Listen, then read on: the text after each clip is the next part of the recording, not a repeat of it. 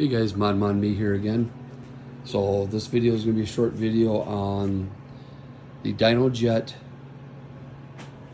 jet kit and what I did different.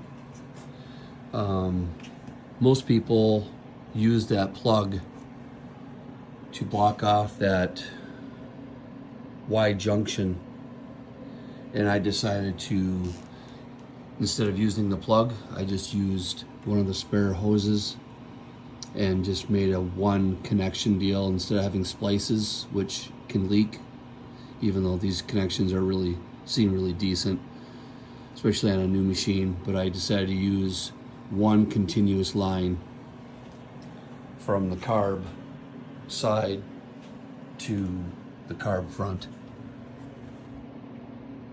As you can see there over the top slide. That's the only thing I've done differently compared to other videos. Just got rid of that junction there. And then, like others, 2 rivets to remove the restrictive plug.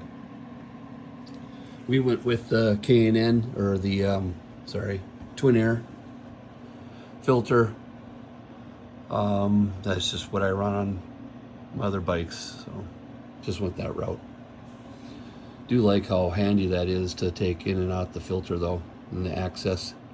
Seems like a really small volume filter for a 650, but must work.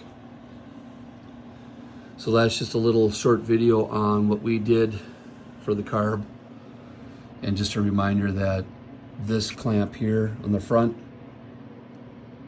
has a square nut on the back side of it, and that'll drop, so just keep your finger on that one when you take it off.